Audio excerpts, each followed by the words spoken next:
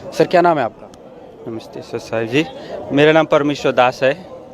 मैं नेपाल काठमांडू का अनाम नगर घट्टेकुली में रहता हूँ। सर मेरा सबसे पहला सवाल ये है कि सर्दी पड़ रही है यहाँ पे इतनी ज़्यादा और आप नेपाल से यहाँ आए हो संत रामपाल जी से मिलने के लिए, ऐसा क्या कारण है? अभी मैं उतने दूर से जो जेल धाम में लीला कर रहे हैं संत रामपाल जी महाराज सदगुरु के रूप में, वो कबीर साहिब स्वयं ही आया हुआ है और गुरु जी का और परमात्मा वही है और उसका दर्शन संत रामपाल जी से मिलने के लिए आप यहाँ पे दर्शन करने के लिए आए ये हो? दर्शन करने के लिए। अच्छा, आप क्या करते हो, काम क्या करते हैं आप? और मेरा बिजनेस है, फर्निशिंग व्यवसाय है मेरा, उसका बिजनेस है। पढ़ाई लिखाई क्या किया आपने? पढ़ाई लिखा मेरा माइक्रोसॉफ्ट सर्टिफाइड सिस्टम इंजीनियरिंग पढ़ा हुआ हूँ। सर आप एजुकेटेड हैं, आपका खुद का बिजनेस है, आप नेपाल में रहते हैं, एक संत के लिए जो जेल में है उसके लिए सब छोड़ के आप यहाँ पे मिलने के लिए आए हैं, तो क्या आपको लगता नहीं कहीं आप एक अंधभक्ति के तहत तो नहीं चल रहे हैं? हम संत रामपाल जी महाराज का जो ज्ञान है वो इतना लोहा ज्ञान है कि जो भी वो ज्ञान अच्छा से पढ़ेगा, निष्पक्ष ढंग से पढ़ेगा, शास्त्र सम्मत ज्ञान होने के कारण से जो भी उस ज्ञान के आगे झुक जाएगा, जो वास्तव में परमात्मा को चाहते हैं, मोक्ष को चाहते हैं, इस ज्ञान के आधार से परमात्मा ने हमको शरण में लिया और ज्ञान के आधार से, और परमात्मा ने ऐसा कुछ शक्ति भी दिखाया, उसके आधार से भाव भक्ति से विश्वास, पूर्ण विश्वास है और इसके आधार से मैं परमात्मा समझ के आया हूँ। कितने सालों से जुड़े थे चैतन्य महाप्रभु से? मैं तो जब 17-18 साल का था तब से मैं घर छोड़ के भाग के गया था वृंदावन। अच्छा। और वहाँ जाके सदगुरु के ढूंढने गया था, लेकिन वहाँ पे जो गुरु मिला वहीं से मैंने नामदान लिया और हरे कृष्ण हरे राम जप करता था। मतलब वहीं रहते थे? हाँ, वहीं रहते थे। मतलब आपने एक तरह से घर निकल गए, मतलब सन्यासी हो गए थे एक तरह से? नहीं, सन्यासी तो नहीं हुए थे ऐसे। सन्यासी मतलब घर छोड़ दिया तो सन्यासी हो गए ना, चेतन महाप्रभु से जुड़ गए जाके? हाँ, मैंने तो गुरु के खोज के लिए, परमात्मा ढूंढने के लिए गया था। अच्छा। लेकिन क्या है कि सही गुरु नहीं मिला, पूर्ण गुरु नहीं मिले। आप पे 17-18 साल की उम्र में गए थे, तो लगभग कितने साल आपने वहाँ पे जुड़े रहे वहाँ पे? मैंने 12 साल भक्ति किया वहाँ का। अच्छा, 12 साल। तो फिर आप संत रामपाल जी की शरण में क्यों आए उनको छोड़ के? देखिए, संत रामपाल जी महाराज का जो ज्ञान है, वहाँ से सृष्टि रचना बताते हैं, जो वेद के प्रमाण देते हैं, गीता के प्रमाण देते हैं और सारे पुराण और भी जितनी धर्म ग्रंथ है ना, उसके सारे प्रमाण खोल के बताया। और वो ज्ञान देखने से तो परमात्मा तो वही विधि से मिलेगा जो शास्त्रों में है, जो हमारे जितने भी महापुरुष है उसने भी वही साधना किया हुआ है। तो मुझे भी तो वही परमात्मा चाहिए और इस आधार से मैंने उसको चुन लिया और परमात्मा को। मतलब आपको लगा ये कि भाई चैतन्य महाप्रभु ने जो साधना की थी वो शास्त्रों के विरुद्ध थी? हाँ, वो तो शास्त्र विपरीत साधना था, क्योंकि जो असली साधना है वो उसके पास भी नहीं था। अच्छा। तो जो आज भी चैतन्य महाप्रभु से लोग जुड़े हुए हैं उनको आप क्या मैसेज देना चाहोगे? जो चैतन्य महाप्रभु के साथ जुड़े हुए हैं और सारे जितने भी गुरुओं के साथ जुड़े हुए हैं, उसको एक ही संदेश है परमात्मा की तरफ से कि जब शास्त्र भी यही कहता है कि साधु संग सर्वशास्त्र कय लव मात्र साधु संग सर्व सिद्ध होए, बोला है कि जो सदगुरु और साधु का संग करेगा वो एक सेकंड एक लव मात्र सत्संग जो करेगा, वो सारा वृतांत तो उसको मालूम हो जाए कि ये सृष्टि कैसे हुआ, हम आत्मा लोग कहाँ से आया, कहाँ जाना है, पूर्ण मोक्ष कैसा होता है, माया क्या होता है, ब्रह्म क्या होता है, पूर्ण ब्रह्म क्या होता है, त्रिगुण माया क्या होता है। ये सारी जो तत्व ज्ञान है, ये विस्तृत जानकारी होने से और सही साधना करने से जो आनंद और सच्चिदानंद घन ब्रह्म जैसे पाने की विधि है, वो शास्त्र प्रमाणित करके जब साधना करने से तब लाभ शुरू होता है और ये लाभ किसी भी साधना से नहीं हुआ। अच्छा, तो जो जब से आपने संत रामपाल जी की साधना की है बताई हुई, तो उससे आपको क्या लाभ हुए? अच्छा, पहले मैं जब वैष्णव था उस टाइम भी मैं सुबह ब्रह्म मुहूर्त में उठता था, ऐसे 2-3 बजे, और डेली स्नान करता था। एक दिन करते करते हमको बीमार हो गया। बीमार होते ही हमको डिप्रेशन हो गया, डॉक्टर ऐसा बताया।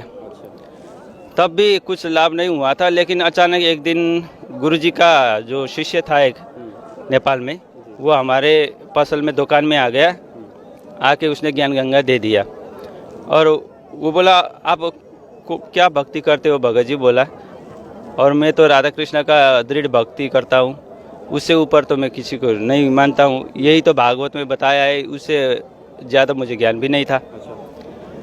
और उसने बताया एक बार आप ये पढ़ लीजिए, आपको कैसा लगेगा।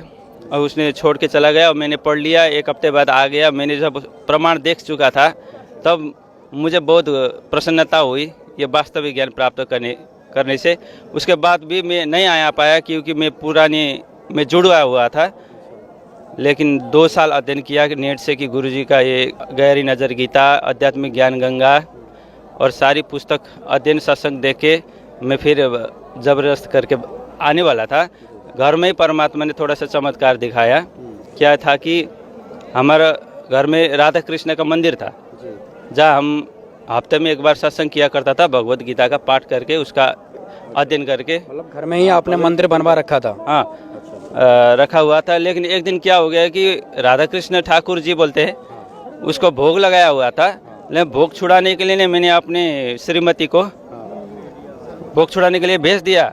वहाँ पर्दा लगा हुआ था, लेकिन वो जब अंदर चला गया तो रामपाल जी महाराज और कबीर साहिब के रूप में परमात्मा भोग खा रहे थे। वो देख रहा था, जबकि हम कोई नाम नहीं लिया हुआ है, सिर्फ अध्ययन ही किया था। हाँ जी। और उससे मुझे बहुत ठेस लगा कि वो परमात्मा तो ऐसा होना चाहिए। मैंने तो जब अध्ययन किया मैंने मान लिया कि यही है परमात्मा, यही है सच्चा ज्ञान। हम तो कहाँ काल के जाल में, पिंजड़ा में बंद जो होने जा रहे थे। और परमात्मा ने दिखा दिया पत्नी को और फिर अंतर्धान हो गए।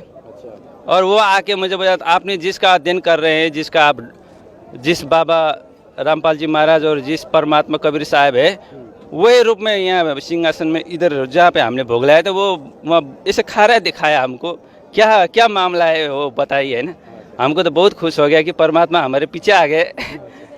और फिर मुझे भी दृढ़ करने के लिए जब मैंने एक दिन हरियाणा यूनिवर्सिटी से 3-3.5 घंटे का था गुरु जी का सत्संग, वो मैंने देखते रह गया, एकदम ध्यान से देखते रह गया। और हमको पूर्ण विश्वास हुआ कि रामपाल जी महाराज तो रामपाल जी महाराज नहीं है, वो तो कबीर साहब ही आए। हुआ देखने से हमको बहुत विश्वास हो गया और हमको अभी नाम लेने के लिए जाने से तत्पर हो गया। परमात्मा ने इसे हमको दिखाया कि हम सोने जा रहे थे 1 बजे, यहाँ से परमात्मा ऐसे आ गया सूर्य के जैसे, और वहाँ के अंदर कबीर साहब मुस्कुरा रहे थे, जिसका लाल लाल ओठ था, बड़े बड़े आँख था और सुंदर चेहरा था और ऐसे बड़े बड़े कान था। और यहाँ पे मोर का एक पंख रखा हुआ था और ऐसे करके मुस्कुरा रहे थे। और मैंने समझा, मैंने ये बहुत एकदम गहरे से अध्ययन करने से शायद मेरे दिमाग में ऐसे कुछ भ्रम हुआ होगा मुझे, इसलिए ऐसा दिखाई दिया होगा। मैंने वास्ता नहीं किया उस टाइम पे। फिर भी ऐसे करके ऐसे देख लिया, वो वही था। मैंने ऐसे किया, नहीं होगा शायद ये भ्रम हो गया, इससे वही था। अरे ये तो परमात्मा ने दर्शन दिया है, तब मुझे मालूम पड़ा। मुझे मालूम नहीं था ऐसे दर्शन होता है। तब मैंने देखा वो और नज़दीक आए और यह पे चला गया। और मुझे एक परमात्मा का शब्द याद आ गया कि मोको कहाँ ढूंढे रे बंदे, मैं तो तेरे पास में। तो ये मुझे खूब याद आ गया, जब भी मैंने सत्संग में सुना हुआ था। तो मुझे दृढ़ विश्वास होया कि परमात्मा हमारे ही अंदर है और वही हम जैसे भी वो दर्शन दे के हमको विश्वास दिलाना चाहते हैं वो कर सकते हैं। वो किया भी, हमको विश्वास भी हो गया। और हमने वो शास्त्र विरुद्ध साधना जो किया करते थे, हरे राम हरे कृष्णा, नाचना गाना।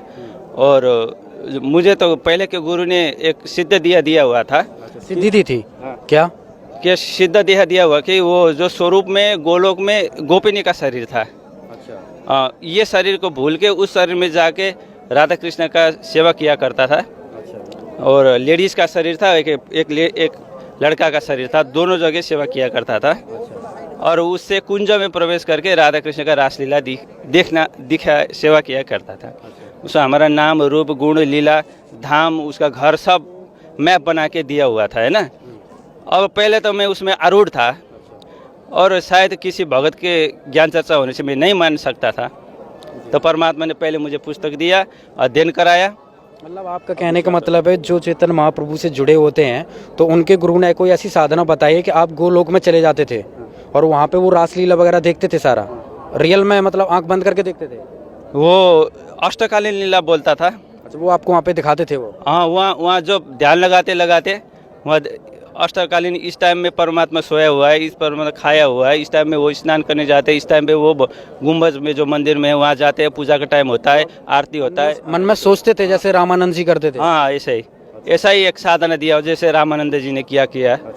ऐसे ही दिया था जो चैतन्य महाप्रभु के धारा में ये चलता है वहाँ वृंदावन राधा कुंड में, यही किया करता था। लेकिन मुझे कुछ लाभ नहीं हुआ, क्योंकि ऐसे भौतिक लाभ की बात नहीं कि जो आध्यात्मिक लाभ होना चाहिए, वो भी नहीं हुआ। जैसे पूर्ण मोक्ष का ज्ञान, तत्व ज्ञान, वास्तविक ज्ञान नहीं है। जो काल भगवान ने चलाया हुआ गलत परंपराओं का ज्ञान है, वो गलत ज्ञान, ये नाचना गाना और ये ब्रह्मा विष्णु महेश का जो सीमित ज्ञान है और काल ब्रह्म तक का सीमित ज्ञान है, वही तक था।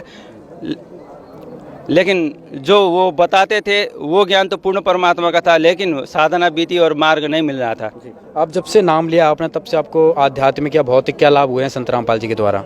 हमको तो दोनों ही लाभ है। और जब परमात्मा का ज्ञान लिया तब मैंने, एक दिन मेरा डिप्रेशन था, मैंने परमात्मा को नहीं मांगा, फिर भी जब सतनाम लिया तब परमात्मा को बताया कि ऐसे ऐसे डिप्रेशन है मालिक, हो सकते तो आप दया कीजिए, ऐसे प्रार्थना लगा। परमात्मा से वापस आ गया कि बेटा ठीक हो जाएगा, चिंता मत कर। और जब सुन गया, किसने कहा ये? गुरु जी ने जब बताया था, कौन से गुरु जी ने? संत रामपाल जी महाराज ने जब बताया बेटा चिंता मत करो, सब ठीक हो जाएगा, ऐसे फ़ोन में किसी भगत के माध्यम से बता दिया कि मेरे लिए, तो मैंने जब मेरे कान में पड़ गया उस टाइम में मेरा रोग सब ठीक हो गया। हाँ जी। इसके अलावा एक दिन में जब ये कारपेट फिट करने के लिए और ये फर्नीचर बगाड़े लगाने के लिए एक घर में हेल्प करने गया था, कि वहाँ तो बहुत सारे था और ऐसे सामान ऐसे उछाल के ऐसे धक्का देना था। उस टाइम में धक्का देने से ये पीछे रीढ़ के हड्डी में ये जो मांस होते वो फट गया था और रात को बहुत वो ऐसे पिंच करता था, जैसे हार्ट अटैक आता है। सांस छोड़ भी नहीं सकता था, ले भी नहीं सकता, सो भी नहीं सकता, खा भी नहीं सकता, दंडवत भी नहीं कर सकता, ऐसा हो गया था। लेकिन और डॉक्टर को भी दिखाया और डॉक्टर बोला तुम्हारा ये बेड रेस्ट करना पड़ेगा, बेल्ट लगा के ऐसे 3-4 महीने रेस्ट करना पड़ेगा बोला था। और मैंने गुरुजी को प्रार्थना लगाया, गुरुजी के फिर बोलते परमात्मा दया करेंगे बेटा, सब ठीक हो जाएगा, चिंता मत करो बोला, तब तत्काल ठीक हो गया फिर मालिक की दया से। और फिर मैं दंडवत करके, हमारा बेटा बेटी था उस टाइम पे, बेटी का जन्म हुआ था, मैंने बेटी को पकड़ के उसको माइती छोड़ के फिर इधर हिसार में आके मालिक को दंडवत प्रणाम करके फिर चला गया। आज सब स्वस्थ है, 3 दिन में एकदम ठीक हो गया। कहने का मतलब जो आपने अपना जो चेतन महाप्रभु जो समय आपने बर्बाद किया एक सत भक्ति जान के, वो आप संत रामपाल जी की शरण में जो आप 6-7 साल से कर रहे हो, उससे आप बिल्कुल संतुष्ट हैं और आपको उसका फायदा भी हो रहा है? हाँ, वो तो अतुलनीय फायदा है। यहाँ पे जो मांगना भी, नहीं मांगने से भी मालिक दे रहा है। मेन मांगना है तो हमको भाव भक्ति चाहिए, पूर्ण मोक्ष चाहिए, मालिक कृपा करके हमें आप पास रखिए, बस यही चाहिए बस। जी बहुत बहुत धन्यवाद। सत साई जी।